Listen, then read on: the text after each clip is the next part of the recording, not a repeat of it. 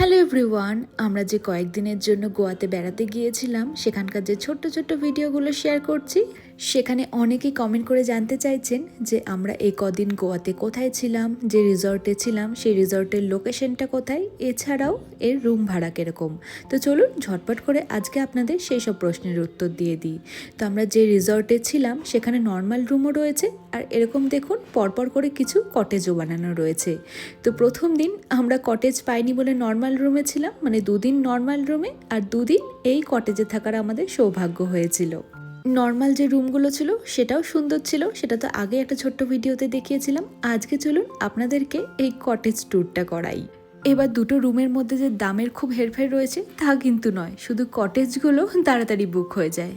আর এই বর্ষার সিজনেও যেখানে ট্যুরিস্ট কিছুটা হলেও কম আসে, সেক্ষেত্রেও উইকেন্ডে এই কটেজগুলো সব ফুল থাকে। যেহেতু আমরা এক সপ্তাহ আগেই প্ল্যান করেছিলাম এখানে আসার, সেজন্য আমরা উইকেন্ডে নর্মাল রুমে ছিলাম এবং তার পরের দুদিন এই কটেজ দুটো পেয়েছিলাম।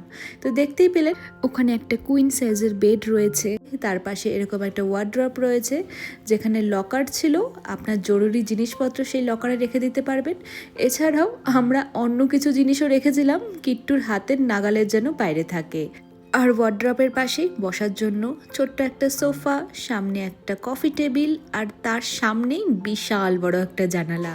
সেই জানালার পর্দা সরালেই বাইরের প্রাকৃতিক দৃশ্য সুন্দরভাবে উপভোগ করতে পারবেন। ও একটা মিনি ফ্রিজও ছিল যেটা ভিডিও নেওয়া হয়নি। এই কটেজের ওয়াশরুমটা দেখাই। ওয়াশরুমটা নেহাতি আকারে ছোট নয় এবং সব প্রয়োজনীয় জিনিসপত্র রয়েছে। আর দেখুন না, এখানেও বিশাল বড় একটা উইন্ডো রয়েছে যেখানে প্রাকৃতিক দৃশ্য উপভোগ করতে করতে আপনি ওয়াশরুম ব্যবহার করতে পারবেন। আর এই রুমটা কিন্তু এখানে শেষ হয়নি, এই রুমের আরেকটা জায়গা দেখাই যেটা আমার ভীষণ প্রিয়। এই যে দেখুন, কটেজের ব্যাকইয়ার্ডে এরকম একটা বসার জায়গা রয়েছে, আর এর সামনেই ক্লথ ড্রায়ার স্ট্যান্ডও রয়েছে। একজন কমেন্ট করে জানতে চাইছিলেন যেটা আমরা কোথায় পেলাম, এটা রিসর্ট থেকে আমাদেরকে দিয়েছিল। তো এই কটেজের পেছন দিকের জায়গাটা আমার বেশ প্রিয় ছিল।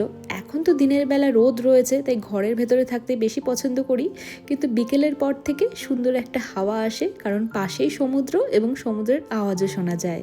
তো একদিন আমরা সময় পেয়েছিলাম, সেদিন বৃষ্টিও ছিল না, তো কিট্টুকে রাতে ঘুম পাড়িয়ে দিয়ে চেয়ার টেবিল নিয়ে বসে ওখানেই আমরা ক্যান্ডেল লাইট ডিনার করেছিলাম।